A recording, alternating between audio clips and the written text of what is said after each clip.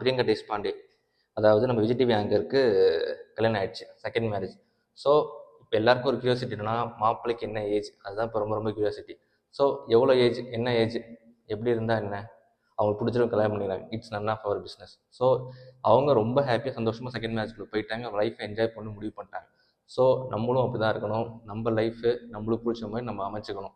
இதன் மூலமாக முதல் டைம் கல்யாணம் ஆகி நிறைய பேருக்கு டிவர்ஸ் ஆகிருக்கலாம், இல்லை வாழ பிடிக்காமல் இருக்கலாம். ஸோ எப்படியா இருந்தாலும் இதன் மூலமாக அவங்களுக்கு ஒரு ஹோப் கிடச்சிருக்கும். என்னென்னா, நம்மளும் இன்னொரு மேரேஜ் பண்ணிக்கலாமே, ஏன் நம்ம ஏன் வந்து தனியாகவே இருக்கணும், ஏன் மேரேஜ் மேலே உள்ள ஹோப்பே இல்லாமல் இருக்கணும் அப்படின்னு எதுவும் நினைக்காம, நம்மளும் இன்னொரு மேரேஜ் பண்ணுறதுக்கான வாய்ப்பு இருக்குது. இன்னொரு மேரேஜ் பண்ணணும்னு நினைக்கிறவங்க கண்டிப்பாக தாராளமாக பண்ணலாம், லைஃப் என்ஜாய் பண்ணலாம். இது மாதிரி எந்த ஒரு நம்ம லைஃப்பை நம்மளே முடக்கி போட்டுக்காமல் எவ்வளோ சந்தோஷமாக நம்ம ஹாப்பியாக இருக்க முடியுமோ அவ்வளோ சந்தோஷமாக ஹாப்பியாக இருக்க கற்றுக்கணும். பிரியங்கா தேஷ்பாண்டேக்கு வாழ்த்துக்கள். சந்தோஷமாக வாழணும்னு நம்ம எல்லாம் வாழ்த்தலாம். நன்றி, வணக்கம்.